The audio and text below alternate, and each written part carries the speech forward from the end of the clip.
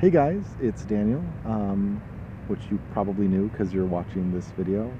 Um, this is the evening after the first day of the Love and Autism conference, and I decided to come out here to this park just to sort of chill out, de-stress from the day a little bit. It was a wonderful day, but it was also very stressful because there was a lot of pressure, a lot of responsibility, but I think it all went well. I don't really have anything particularly scripted. I just figured I could come out and, chat to my camera a little bit and maybe have some interesting thoughts to share with you, or maybe just get the chance to process. But I just wanted to sort of tell some stories about my experiences at the conference so far. I think I was really struck by first my experiences yesterday at the speakers dinner, because there was a lot of people at that dinner that were like, I kind of see them as like autism royalty, right? Like, Alex Plank and Steve Silberman and some of these people that have done just such tremendous things for the autism community. And then like, here's me, and I'm at the same table as them, and it's kind of like, do you guys make a mistake in inviting me? Like, should I really be here? But at the end of the dinner, I had this opportunity to talk with a woman named Shushu, who is a performer, and she has been performing all of her life, but she had prepared a performance that she was going to present at the conference that sort of told her life story as an autistic woman, and all of the struggles that she endured and all of the joys that she experienced. And she sort of told me that, like, the most important thing was for her to just tell her story honestly, because she felt so convinced that for her to stand on stage and be her honest, real self would be transformative. Like, she was kind of convinced of that. She's like, the only thing that we really have to offer is our honest story.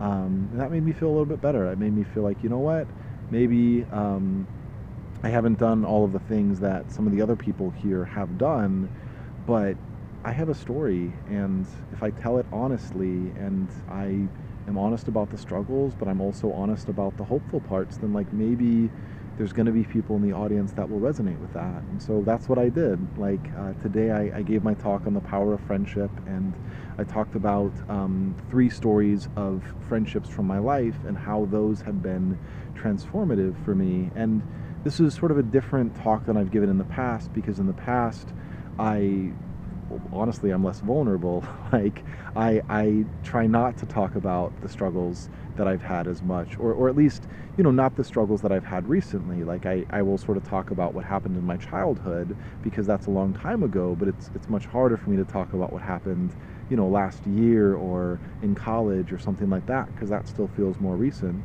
But I really did feel like the audience deserved my honesty, and that for a conference like Love and Autism, like, for me to really show the love, I had to be real, right? Like, that's what it felt like. So I got up and I told my story, and I tried my best to be honest.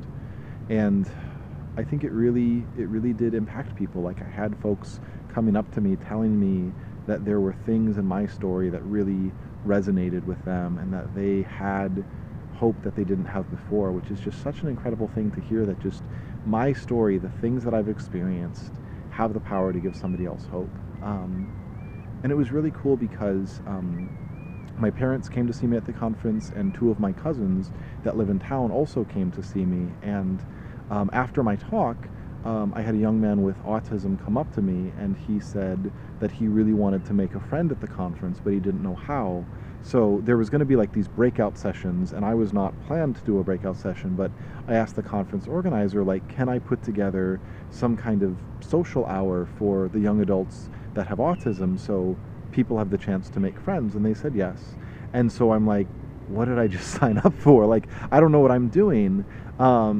And one of my cousins is a music therapist, and so when we brought this group together and we did the social hour, like, she brought her guitar and she brought her musical instruments, and she led the group in all of these wonderful, like, bonding experiences. And it was just so wonderful to see her in her element, and to see like the truth of my talk expressed, like, just a couple hours after I gave it. Because the whole point of my talk is that, like, we need other people, right? Like, that none of us can do it on our own, that all of us depend on the love of others. And like, here I was, 3 hours after I got off stage, no, like 2 hours after I got off stage, depending on the love of my cousin to make this social event happen.